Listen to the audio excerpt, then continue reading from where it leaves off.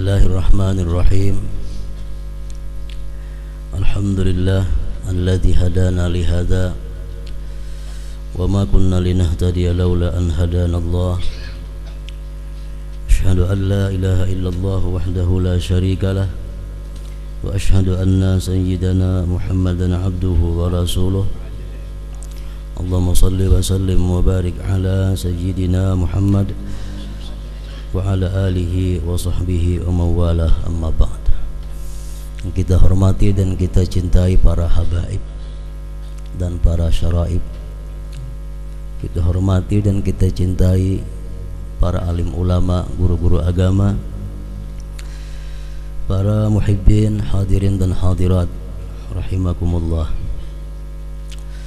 Pertama-tama kita panjatkan puji syukur kehadirat Allah Subhanahu wa ta'ala atas anugerah yang selalu terlimpah kepada kita semua, dan juga selawat dan salam kita haturkan keharibaan junjungan kita Nabi besar Muhammad sallallahu alaihi wasallam dan kepada seluruh keluarga, para sahabat, zurriyat dan pengikut beliau ila yaumil qiyamah.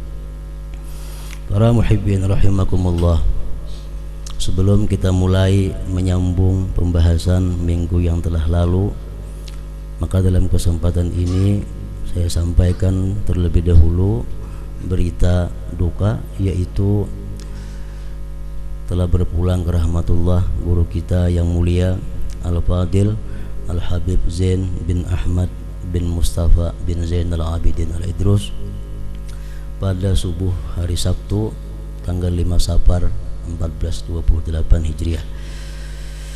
Kita selalu mendoakan beliau agar ditinggikan Allah derajatnya, dan kepada yang ditinggalkan diberikan kekuatan dan ketabahan. Amin amin ya rabbal alamin. Para muhibbin rahimakumullah, al-ayatul khamisah min suratil Fatihah, iyyaka na'budu wa iyyaka nasta'in. Ayat yang kelima dari surat Fatihah ialah iyyaka na'budu wa iyyaka nasta'in. Hanya kepada Engkau kami menyembah, hanya kepada Engkau kami beribadah, hanya kepada Engkau kami mengabdi, hanya kepada Engkau kami taat dan patuh. Iyyaka na'budu wa iyyaka nasta'in, dan hanya kepada Engkau kami minta pertolongan dalam melaksanakan ibadah dan segala hal lainnya.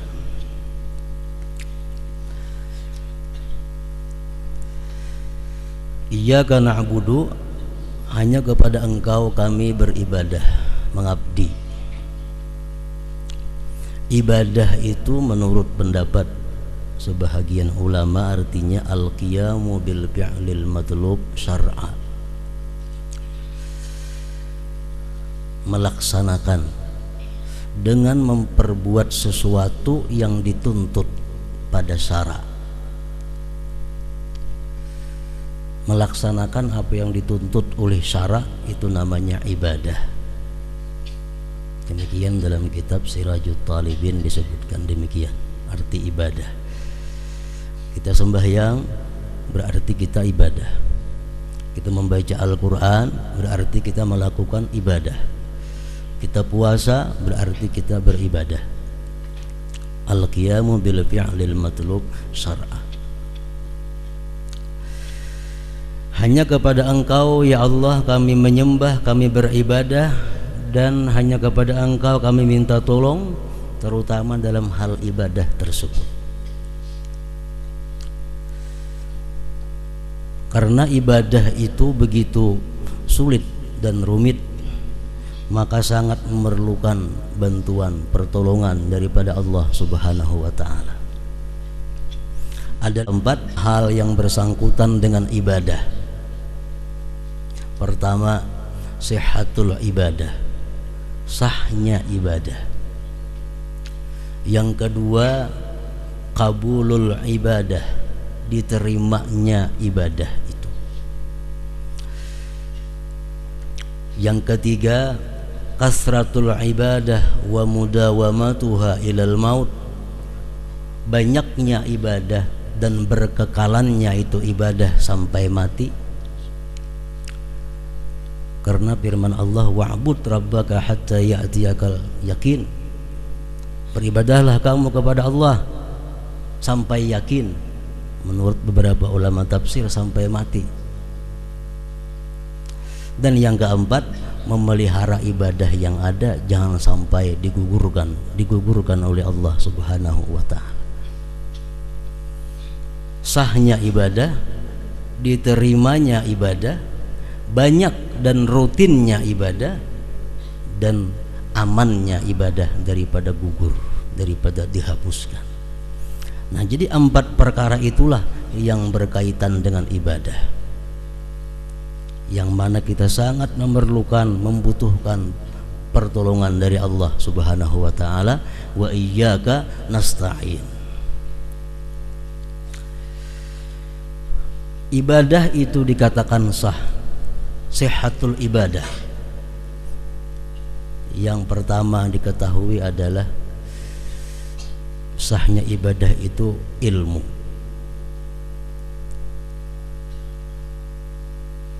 Kalau kita kada punya ilmu, ibadah kita kada sah, walaupun ibadah kita pas dengan yang sah. Al-ilmu bi fardiyatil ibadah wal ilmu bi kaifiyatil ibadah.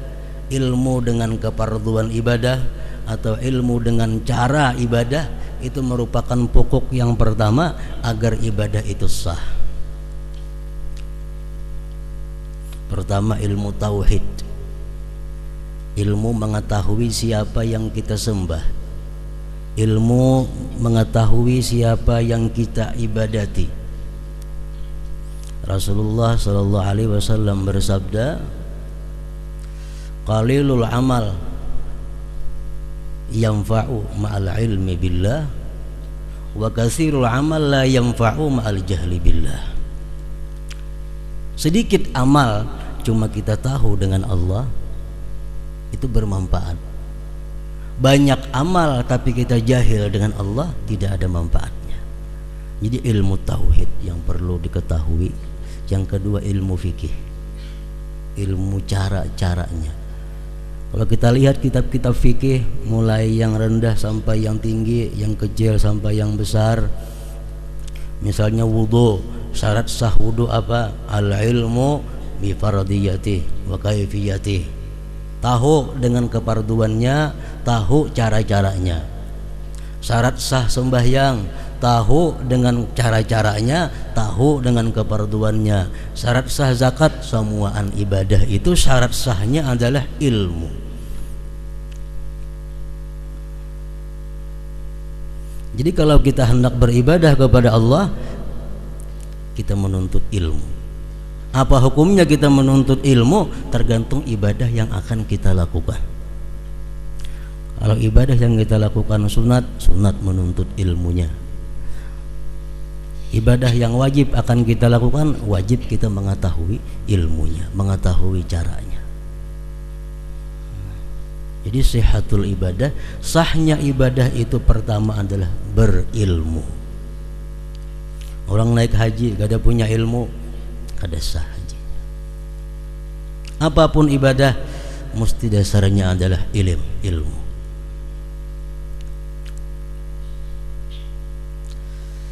Pengarang Zubat mengatakan, fakullu man bighairi ilmin ya'malu a'maluhu mardudatun la tuqbalu. Ujar syarahnya menjelaskan la tasihhu. Tiap-tiap orang yang beramal tanpa ilmu, amalnya ditolak dan tidak diterima. Maksudnya la tasihhu, tidak sah. Lihat dalam syarah Zubat Mawahibus Samad dan seumpamanya. Jadi ilmu dasar ibadah pertama. Yang kedua yang berkaitan dengan ibadah itu adalah qabulul ibadah, diterimanya ibadah. Karena setiap ibadah yang sah belum tentu diterima oleh Allah Subhanahu wa ta'ala. Makanya ibadah ini sesuatu yang rumit, sesuatu yang sulit, sangat perlu kepada i'anah daripada Allah, perlu pertolongan Allah. Makanya iyyaka na'budu wa iyyaka nasta'in. Kabulnya ibadah, diterima ibadah. Kayak apa caranya supaya ibadah kita itu diterima oleh Allah? Itu perlu kita ketahui juga, pelajari juga kayak apa ibadah kita ini supaya diterima oleh Allah, supaya bisa menjadi bekal kita di akhirat nanti. Al-Ghazali mengatakan di dalam kitab Ihya Ulumuddin adalah at-taubah, tobat. Tobat kepada Allah Subhanahu wa taala. Kenapa sebabnya ibadah itu diterima kalau kita bertobat sebelumnya? Karena sabda Rasulullah, at-taib habibullah. Orang yang bertobat itu adalah kekasihnya Allah. Kalau kekasihnya Allah beribadah kepada Allah, pasti diterima Allah pahala ibadahnya. Orang yang bertobat kekasih Allah, at-taib habibullah. Orang yang tobat kekasih Allah. Kalau kekasih ini beribadah kepada yang dikasihinya, tentu akan diterima.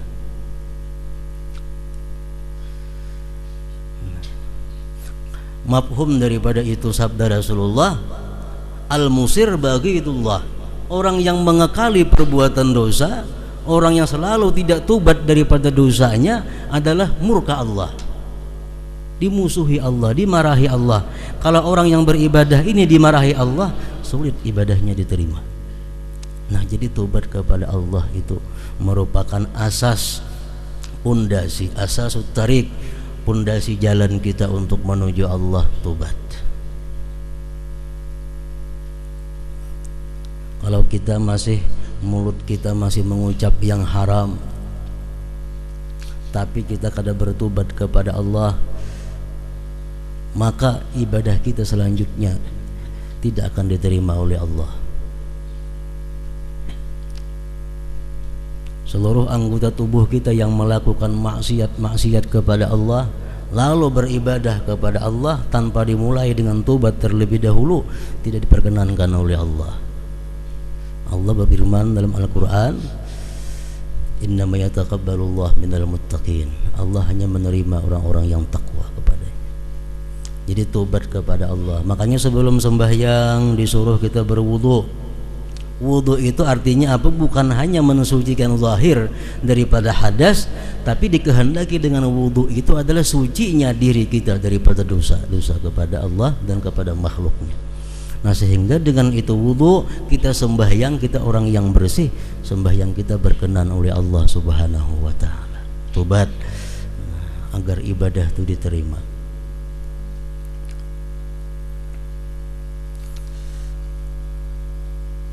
Selama kita masih suka menggibah orang, kita kada tobat, ibadah kita terhenti di langit pertama. Demikian bunyi hadis terjemahnya daripada riwayat Muaz bin Jabal. Kita ghibah, kita kada tobat daripada ghibah, kemudian kita beribadah kepada Allah, terhenti di langit pertama, ditolak oleh penjaga langit amal ibadah orang yang ghibah. Nah, jadi tobat dahulu kepada Allah Subhanahu wa taala, hanya melakukan ibadah. Yang ketiga, kasratul ibadah wa mudawamatuha ilal maut. Ibadah itu diperlukan banyak. Dengan banyak ibadah kita bisa menjadi kekasihnya Allah. Memperbanyak ibadah dan mengekalkan ibadah itu ilal maut, sampai mati. Nah, ini yang jadi permasalahan kita adalah memperbanyak ibadah dan merutinkan ibadah itu sampai ilal maut. Kayak apa caranya supaya kita kawa beribadah itu banyak, beribadah itu bisa rutin, misal tiap malam dibaca. Ada uzur diqadha di waktu lain. Membaca Quran rutin. Nah, itu artinya selalu itu yang paling disukai oleh Allah Subhanahu wa taala. Ahabbul a'mal ilallah adwamuha wa in qalla. Allah sangat suka ibadah yang kekal walaupun sedikit, tapi rutin. Nah, jadi alangkah bagusnya kalau banyak dan rutin. Kayak apa caranya supaya kita kau banyak beribadah dan rutin itu? Para ulama ahli suluk memberikan jalan. Pertama, at-tajarrud anid dunya, menyisihkan diri daripada dunia. Menyisihkan diri daripada dunia. Selama kita masih sibuk mengurusi dunia, selama masih sibuk kita mengurusi perdagangan, sibuk mengurusi pertanian, sibuk mengurusi peternakan macam-macam, kita kada akan bisa banyak beribadah dan kada bisa rutin. Baca Yasin, Tabarak, Mbah Maghrib itu rutin. Tapi kalau orang pedagang awalnya rutin, karena seminggu 2 kali belabuh ke Banjar, datang pukul 10 ke rumah, pagat imbah maghrib itu. Pagat. Orang jadi pejabat, awalnya rutin, kada kawa. Kenapa? Karena ada rapat, tumat rapat itu ini. Awalnya rutin membaca amalan, kada kawa. Kalau hendak amalan itu banyak dan rutin, pertama tajarrud anid dunia, menyisihkan diri daripada dunia. Maksudnya dunia yang membuat kita lupa, lalai kepada Allah Subhanahu wa taala. Jadi dunia ini bukan hanya mengganggu ibadah kita, bahkan dunia ini bisa justru membuat kita kepada hal-hal yang dimurkai Allah Subhanahu wa taala. Ada sedikit di antara kita orang yang kada sembahyang karena sibuk dengan usahanya atau dengan urusannya. Ada sedikit orang yang meninggalkan sembahyang berjamaah karena sibuk urusan dagangan dan urusan lain-lainnya. Semua itu dunia yang menghambat banyaknya ibadah dan rutinnya ibadah itu.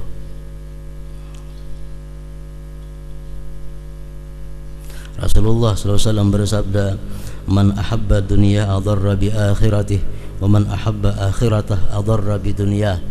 Orang-orang yang cinta dunia, dia akan membahayakan akhiratnya. Orang-orang yang cinta akhirat akan mengganggu dunianya. Nah, mana kita pilih? Rasulullah menyambung, fa'athiru ma yabqa ala ma yafna. Pilih yang abadi, tinggalkan yang fana. Artinya apa? Apabila ada ibadah kita ini berbetulan dengan urusan dunia, mana yang kita pilih? Ku tutup toko, kawa sembahyang berjamaah, tapi langganan bukahan. Ku buka toko, ku layani orang benukar lawan aku, kada ke masjid sembahyang berjamaah.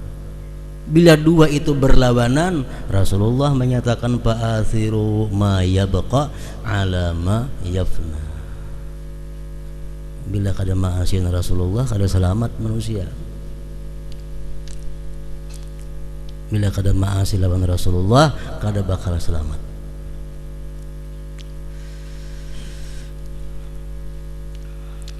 Rasul menyatakan lagi dalam suatu hadis, la ta'tiyannakum ba'di dunya ta'kulu imanakum kama ta'kulun narul hatab. Selagi akan datang nanti kepada kalian dunia yang memakan iman kamu seperti memakannya api akan kayu bakar yang kering. Artinya apa? Nanti kita akan bertemu satu masa. Rasulullah ikhbar bil mughayyabat, mengkhabarkan dengan hal-hal yang akan datang yang gaib. Akan datang satu masa, ujar Nabi, dunia itu memakan iman. Artinya apa? Kita kadang-kadang dapat duit kalau kada berdosa. Kita kadang-kadang sugih kalau kada maksiat. Kita kadang-kadang jadi pejabat kalau kada berbuat dosa. Sehingga dunia kita dapat mesti harus melalui dosa. Kalau kita hendak sugih kada hawa, kecuali kita maksiat maka hanya kawa sugih. Itu ada kayaknya masanya, ujar Rasulullah sallallahu alaihi wasallam. Orang kada kawa jadi pejabat kecuali nya hakun berbuat maksiat dulu. Kalau orangnya kada wani maksiat, kada bakal jadi pejabat tinggi, paling tinggi lurah. Itu bin kayak apakah? Kaina, ujar Nabi, ada masa macam itu. Kaina bukan wahini, kira-kira ada kaina. La ta'tiyannakum ba'di. Nah, jadi hendak membanyaki ibadah, hendak rutin beribadah, sisihkanlah dunia yang mengganggu kita. Memang kada samuan dunia itu jahat kada. Ada dunia yang mendukung ibadah kita, ada dunia yang menunjang ibadah kita. Itu yang kita ambil, itu yang kita pelihara. Tinggalkan dunia-dunia yang selama ini mengganggu ibadah.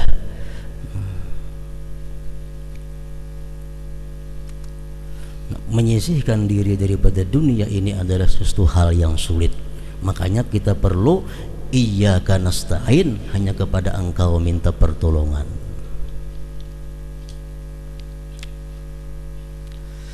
Yang kedua, agar ibadah kita itu bisa banyak dan rutin, di samping kita menyisihkan duniawi, kita mesti menyisihkan makhluk-makhluk Allah Subhanahu wa ta'ala. Bila orang ini banyak berisi kenalan, bila orang ini banyak berisi kawan, orang ini suka bergaul, kada kawa banyak ibadah dan kada kawa rutin.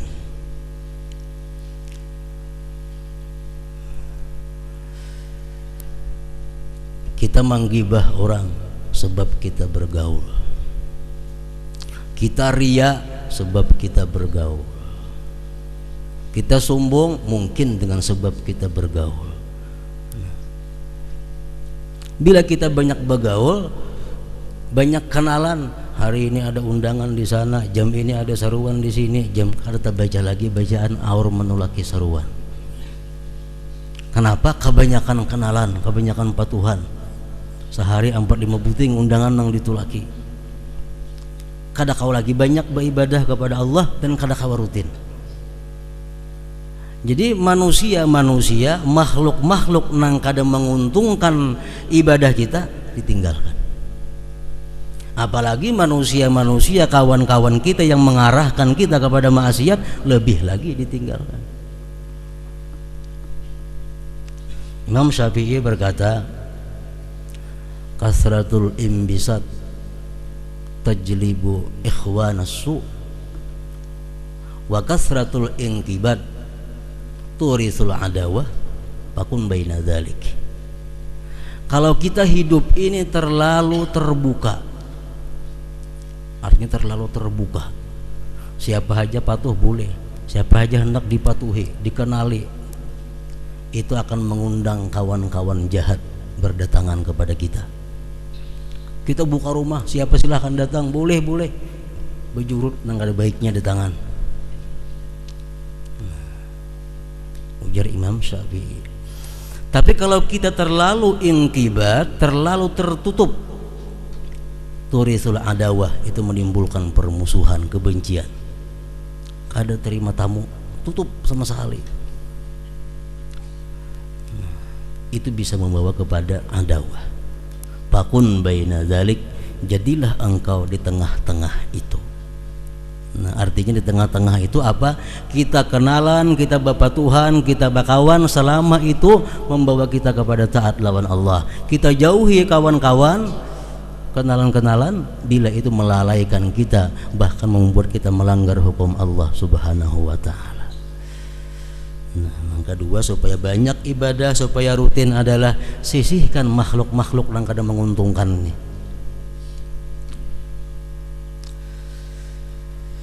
Yang ketiga, yang menyebabkan kita ini sulit beribadah banyak dan beribadah rutin, syaitan. Setiap kita ada punya syaitan, dan syaitan sudah berjanji akan selalu menggoda, mengarahkan manusia kepada jalan yang sesat. Itu Al-Quran menjelaskan demikian. Nah, kayak apa cara menghadapi syaitan? Muharabatus syaitan, memerangi syaitan. Para ulama ahli suluk mengatakan bil ilm wat taqwa, dengan ilmu dan takwa. Syaitan selalu menggoda kita. Apa godaan syaitan kepada kita? Yang pertama-tama, ukfur, kafir engkau, kafir engkau. Syaitan itunya kada menyuruh langsung pengecam kafir, kada dimintu. Cuma kita disuruh syaitan ini meniru gaya hidup putungan orang kafir. Pakaian kita kayak orang kafir, desain rumah kita kayak orang kafir, paguringan kita kayak orang kafir, semuaan kayak orang kafir. Jadi syaitan mengajak kita yang pertama adalah ukfur, kamu harus kafir. Nah, kita menjawab itu dengan ilmu. Innad dina indallahil Islam. Agama itu yang diridhai di sisi Allah hanya satu, Islam. Jadi syaitan akan mengajak aku kepada kafir, kada kawa. Aku sudah yakin agama yang benar itu adalah Islam. Innad dina indallah Islam.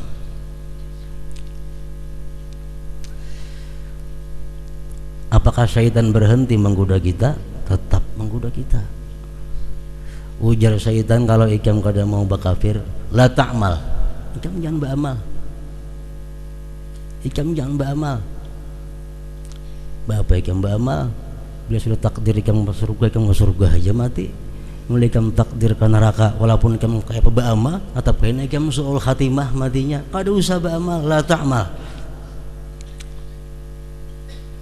Nah, ilmu kita menjawab itu adalah, wahai syaitan, innali rabba, aku punya Tuhan yang menciptakan aku, yang memberi rezeki selalu kepadaku, memberikan perlindungan kepadaku.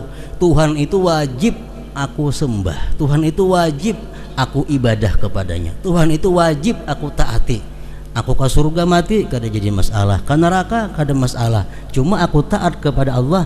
Syukran ala ni'amih, karena aku syukur atas segala nikmat yang diberikannya.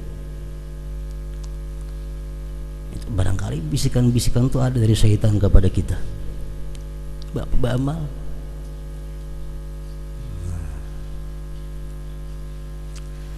Beramal juga, tetap kita beramal. Dan sudah kita beramal, apakah syaitan itu ampih menggoda kita? Kada berhenti. Ujar syaitan, amun ikam memang hendak beramal juga, sawwi fil amal, kaina-kaina gin beramal. Kaina-kaina. Ikam masih umur 40, masih umur 50, abah ikam 100 tahun aja mati, 60 tahun lagi. Nah, tunda itu amal. Ilmu kita pelajari menjawab syaitan. Umur tuh kadang masih sama lawan abah. Abah 100 tahun hanya mati, aku bisa mati isuk 41 tahun. Umur kada ada jaminan dari Allah menyamai bulan bin bulan tuh ada. Jadi aku mesti sekarang ini mesti beribadah kepada Allah. Isuk belum tentu aku sempat. Nah, itu jawaban kita kepada syaitan. Ampikah syaitan menggoda kita imbah itu? Kada ampih. Nah, pajar syaitan, ajilil amal, lakasi ba'amal. Lakasi ba'amal tentang pula hidup, lakasi ba'amal. Orang nang kada pintar lalu tau buru-buru beramal, kada betumak ninah lagi, nah kayak yang mematuk baancap-ancap. Kenapa? Digoda oleh syaitan, lakasi beramal. Nah, kalau kita punya ilmu, kita menjawab syaitan, ala ajalah minka wa ta'anni minallah. Ketujuh baancap-ancap beramal itu ikam perlahan itu nang dari Allah Ta'ala. Jadi aku perlahan hanya beribadah, pada perlu baancap-ancap ibadah. Nah, jadi kita beribadah perlahan. Apalagi syaitan begitu. Nah, sekarang ikam merupakan manusia yang paling baik di dunia ini. Ikam manusia paling top sudah. Ikam wali Allah Ta'ala sudah. Syaitan mengkritiki hati kita supaya kita ini jadi orang yang sombong, supaya jadi orang yang ria. Nah, syaitan kadang akan habis-habisnya menggoda kita. Yang penting ilmu ada dan takwa untuk memerangi syaitan.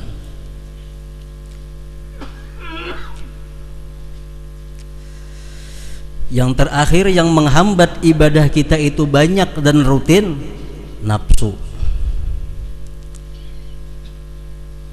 Nafsu kita ini kada katuju, awak kita sakit. Duduk panat kada katuju sama sekali nafsu. Apalagi tengah malam bangun paling kada katuju nafsu. Nafsu yang dipikirkannya hanya kepentingan kelezatan saat itu. Nah, mengatasi nafsu ini ujar para ulama ahli suluk adalah biriyadatin nafsi, dengan melatih diri melawan nafsu itu. Kayak apa cara melatih diri melawan nafsu? Bihamlin nafsi 'alal masyaqqah, dengan memaksa diri melakukan hal-hal yang sulit. Memaksa diri melakukan hal-hal yang tidak disenangi oleh nafsu. Bila kita paksa, nafsu akan kalah dengan sendirinya. Nah, jadi 4 perkara itu yang membuat kita ini sandat beribadah. 4 itu membuat kita balang kambingan beribadah. Dunia, makhluk, syaitan, lawan nafsu tadi.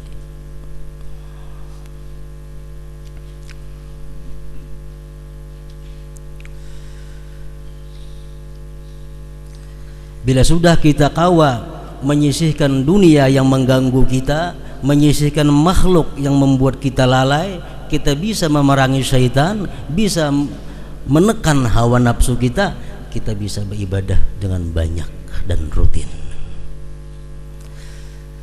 Nah, selanjutnya lagi yang dijaga adalah ibadah yang sudah bagus tadi, jangan sampai gugur, jangan sampai terhapus, jangan sampai jatuh gara-gara perbuatan-perbuatan selanjutnya.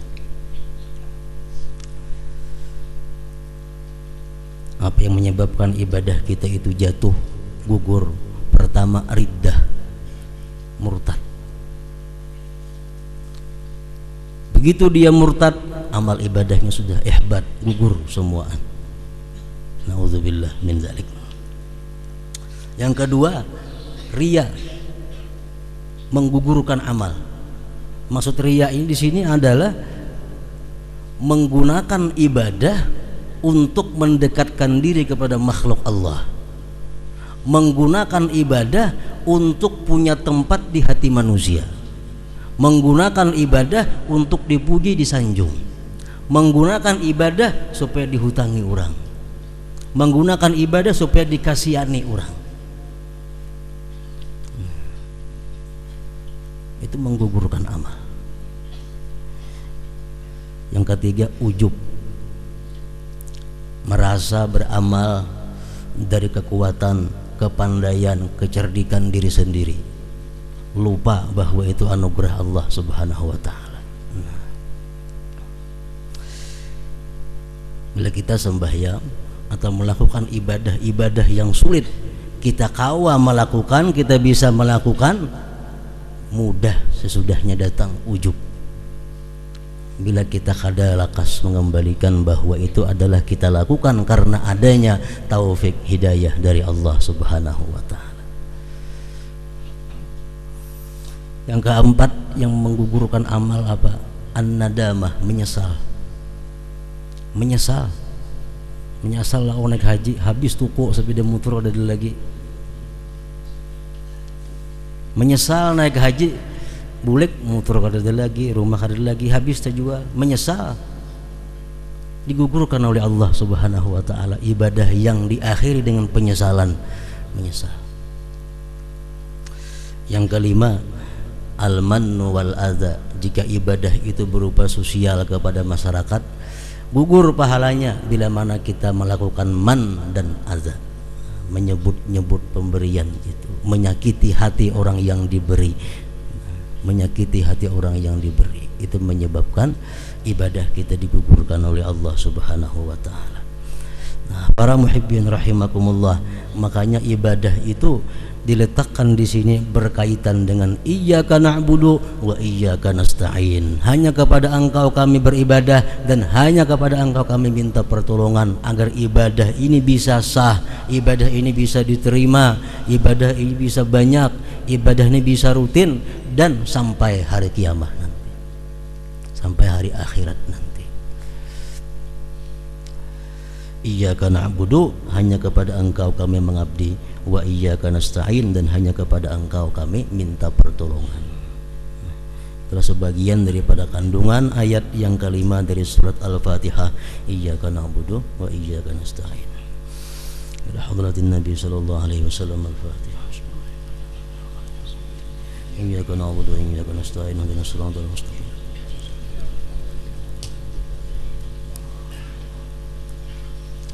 Asyhadu an la ilaha illallah wahdahu la syarika lah.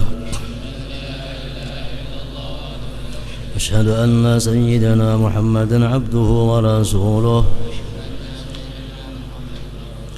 La ilaha illallah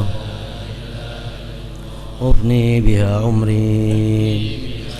La ilaha illallah adkhulu biha qabri. La ilaha illallah akhlu biha wahdi. La ilaha illallah alqa biha rabbi. La ilaha illallah qabla kulli syai'. La ilaha illallah ba'da kulli syai'. La ilaha illallah yabqa rabbuna wa yafna kullu syai'. La ilaha illallah nastaghfirullah. La ilaha illallah nastaghfirullah. La ilaha illallah nastaghfirullah. La ilaha illallah wa natubu ilallah.